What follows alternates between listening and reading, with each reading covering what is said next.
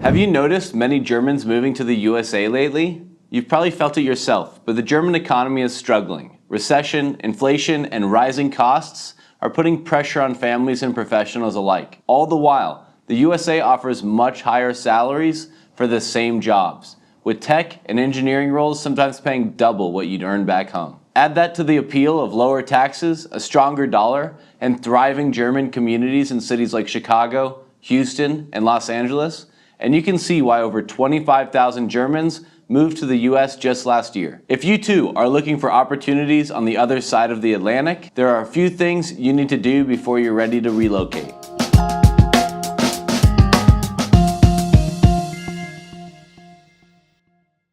My name is John Pastor, and I'm co-founder of Non-Resident Investor. We specialize in helping foreigners who want to buy real estate in the US. This video is specifically for Germans wondering about the steps to move to the US. But before we get to the details, please take a moment to like this video and subscribe to the channel. It would help us a lot so we can keep making content like this. The first thing you'll need to move to the US is a valid passport, which is usually straightforward, although it can take some time. Next, you'll need to collect documents like your birth certificate, employment contracts, and academic diplomas. Why? Many of these are required for visa applications, job offers, or even renting an apartment. If you're bringing your family along, remember to include their documents too, especially things like marriage and birth certificates. You also need to get certified translations for any documents that are already in English.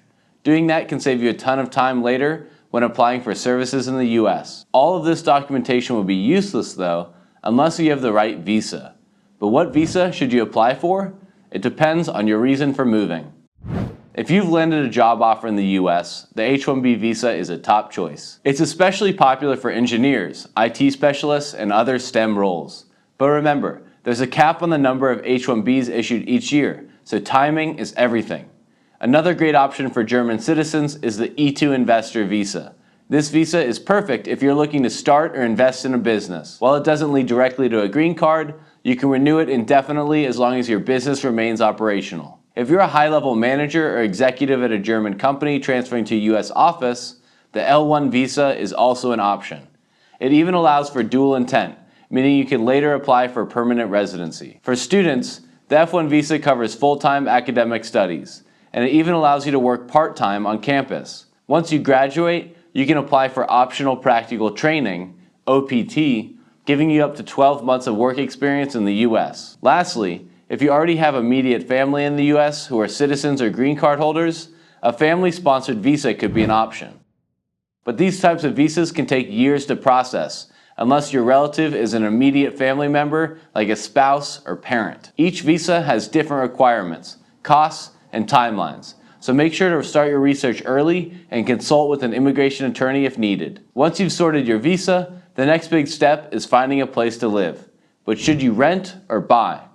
Renting is often the easiest when you first arrive. It gives you time to settle in, explore neighborhoods, and understand the local housing market. Websites like Zillow, Apartments.com, or Trulia make finding rentals much easier. However, some landlords may ask about your credit score, so be prepared to explain your lack of US credit history. Offering a few months rent up front could help. If you're ready to buy though, you'll need to do a little bit more homework. I'd recommend you research areas with strong German communities to make the transition smoother. Many German expats live in cities with plenty of job opportunities and cultural familiarity.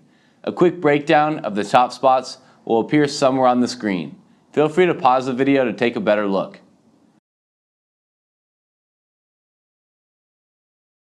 Each of these hubs offers something unique. Chicago is known for its vibrant German culture, while Houston's job market is booming. Los Angeles combines sunny weather with a growing German expat scene. Either way, you have options. If you need help with funding your home as a German citizen, you can get a mortgage without a credit score as a foreign national. Lots of US lenders specialize in helping foreigners finance property, and we work with over 30 different lenders that specialize in these transactions. You can even receive paperwork in German. Just ensure you have your documentation in order, like proof of income, assets, and your visa status.